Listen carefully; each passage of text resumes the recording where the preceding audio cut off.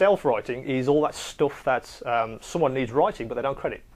Yeah, so things like business websites in particular. If you look at Business Link is a classic. Yeah, all those thousands of pages were written by someone.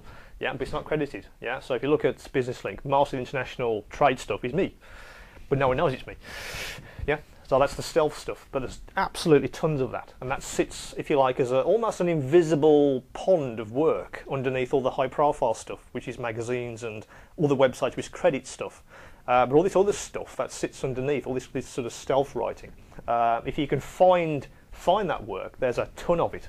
How can you find it? Do you need to just ring people up and ask them who writes for them? That's how I started. I picked a few markets that I had some knowledge of, because clearly you need to be able to write this stuff. So whatever it is, let's pick something obscure like I don't know, fibre optic cabling, or say.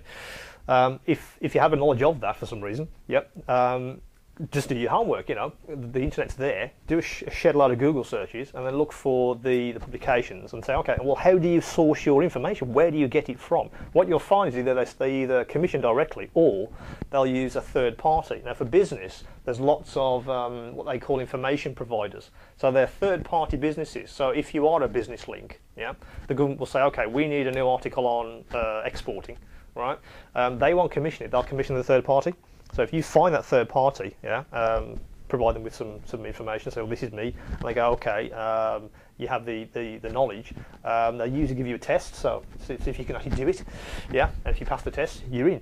And of course, once you have that seat at the table, yeah, you're one of their writers for import-export or for international trade. So when the next wave of work comes in, yeah, you're going to get the call. And that's how it works. But you need to find who those organisations are, because they don't advertise really. Because why would they need to? They're not a publisher in a sense. They're a sort of knowledge provider, or an information generator, if you like. So use your journalistic skills, research, asking questions, knocking on doors, to actually build your own business. Just as same skills that you'd use to get a story. That's exactly it.